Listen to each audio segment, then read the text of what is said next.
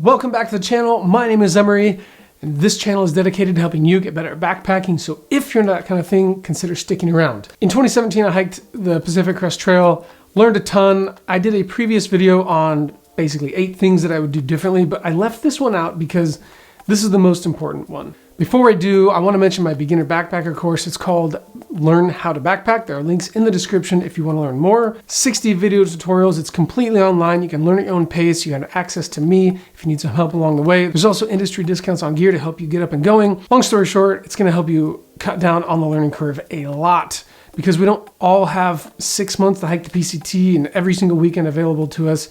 So we want to get to the enjoyable parts sooner rather than later. So that is what the course is all about. Oh, and also I have a podcast, a backpacking podcast. So be sure to check that out. Over 100 episodes. Links are in the description as well. Okay, so let's talk about the number one thing I would do differently on the PCT if I were to hike it again. This one is very near and dear to my heart. Halfway through Oregon, I started doing this. And from then on, it was literally a game changer. That is to stop looking at the elevation profiles on your map. Stop obsessing about upcoming hills. Stop planning ahead 2 or 3 days in advance, looking at what's there, specifically hills. It ruined my hike. It ruined doing that and obsessing about it the night before. I would sit in my tent and I would look at the elevation profile. I'd open up my GutHooks app on my phone and I would sit there and I would just think about it. I would think about a 3-mile hill or a 2-mile hill or the elevation profile. Oh gosh, I have to go back into town and I have to come back out. And I would just obsess about it to the point where I was hiking hills that I wasn't even on yet. I was hiking them mentally. It just messed with me. So I would think about this hill tomorrow morning, right? And then I would think about it leading up to it. And I'd be like, oh, this is the hill going down. And then, oh, that's it over there. Oh man, look at that hill. And I would think about how long it is and how long a 6-mile hill is going to take. The Pacific Crest Trail is loaded with hills. Thru hikes are loaded with hills. Trails are loaded with hills. It is the nature of the beast. If you want a good view, you have to go up. If you want to have a good time on a trail, it's going to be littered with zigzags and switchbacks and elevation gains and declines. That's backpacking. That's thru hiking. It's just how it is. So why would you obsess about them each and every night and at lunch and at dinner and at breakfast?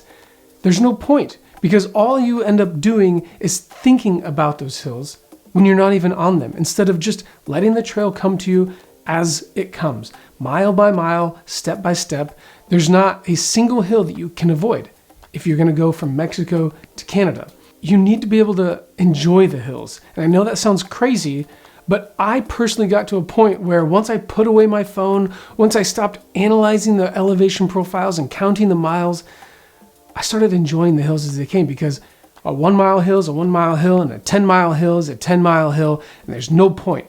I was going up and over them one way or another, and what ended up happening was I just took them as they came. I started being like, okay, cool. I'm just going up this hill. I'm doing my thing. And when the hill ends, the hill ends.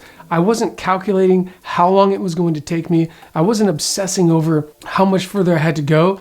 And when I got to the top, I got to the top. And it didn't really matter how long it took. I took breaks along the way, and it massively improved my enjoyment so much on the trail that I remember looking back and being like, I should have been doing this from the beginning. I should have never obsessed about these things because one of the things you want to do on these long distance trail is be present in your mind. Learn to enjoy the small things. Learn to enjoy the hills. Those hills will make you stronger. They'll make you a better backpacker and they'll get you up the trail. That's just part of it. So that is my number one tip. Put away the elevation profile. Look at the topo map. Sure, plan ahead. Stop obsessing about it. Don't calculate how far that hill is and how long it's going to take you to get up and over it because there's no point. If you're going from Mexico to Canada in one shot, you're going to have to go over it. That's just how it is. So that's my number one tip. I hope that was helpful. It was really helpful to me. It improved my trail drastically, and that's my number one takeaway. I've since never looked at an elevation profile. Yeah, I'll look at the topo map to kind of see what's coming, but I refuse to calculate. I refuse to try and time it because there's just no sense in it. So yeah, if you're on the PCT, if you're on the AT, if you're on the CDT, whatever trail it is, put away that elevation profile and just go with it. Just hike and allow the trail to happen. If you're new to backpacking, be sure to check out the course. If you have any questions for me, shoot me an email at emery@byland.co. Toss some comments below. Also, the podcast, check that out. The Byland podcast links are also in the description. And if you are headed out on an adventure anytime soon, be safe, make great decisions, and we'll see you next time.